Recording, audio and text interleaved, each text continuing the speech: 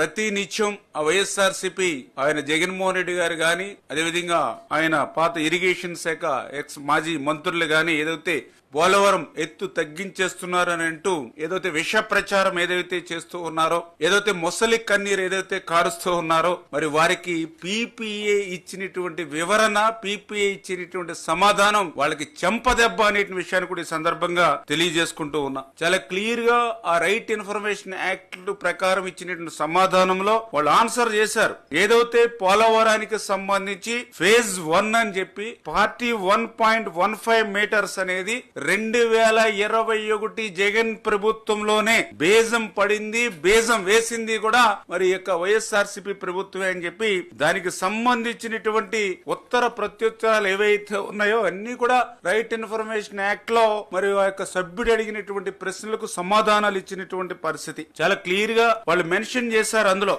ఏదైతే పోలవరం ప్రాజెక్ట్ కి సంబంధించి 45.72 ఎత్తు కాకుండా 41.15 మీటర్స్ ఎత్తుకే నీళ్లు నిలబెట్టడం అనేటువంటి ప్రతిపాదన మరి ఏదైతే ఉందో మరి అది పంపించింది జగన్మోహన్ రెడ్డి ప్రభుత్వమే అని కుండ బద్దలు కొట్టినట్టుగా ఆ యొక్క ఆన్సర్ మరి పీపీఏ ఇచ్చినటువంటి పరిస్థితి చాలా క్లియర్ గా ఆ రోజు జగన్ ప్రభుత్వమే 41.15 మీటర్లకి ప్రధాన డ్యామ్ లో మరి ఎత్తుకు నీటి నిల్వ పరిమితం చేయడం అనేది నిర్ణయం, ప్రతిపాదన కూడా తీసుకున్నది కూడా జగన్ ప్రభుత్వమే అని చాలా క్లియర్ గా పీపీఏ ఆ యొక్క రైట్ ఇన్ఫర్మేషన్ యాక్ట్ లో సమాధానం చాలా క్లియర్ గా ఇవ్వడమే కాదు, దానికి సంబంధించినటువంటి ఏవైతే పేపర్ డాక్యుమెంట్స్ అంటే డిసెంబర్ 21, జనవరి 22, మే 23, జూన్ 23, జూలై 23, ఆగస్టు 23 నందు జరిగినటువంటి ఉత్తర ప్రత్యులు అంటే ఏదైతే గవర్నమెంట్ ఆఫ్ ఆంధ్రప్రదేశ్ ఆ రోజు జగన్మోహన్ రెడ్డి గారి ప్రభుత్వం నుండి ఆ రోజు పీపీఏ గాని సిడబ్ల్యూసీ గాని ఏదైతే ఫస్ట్ ఫేజ్ కింద 41.15 మీటర్లకు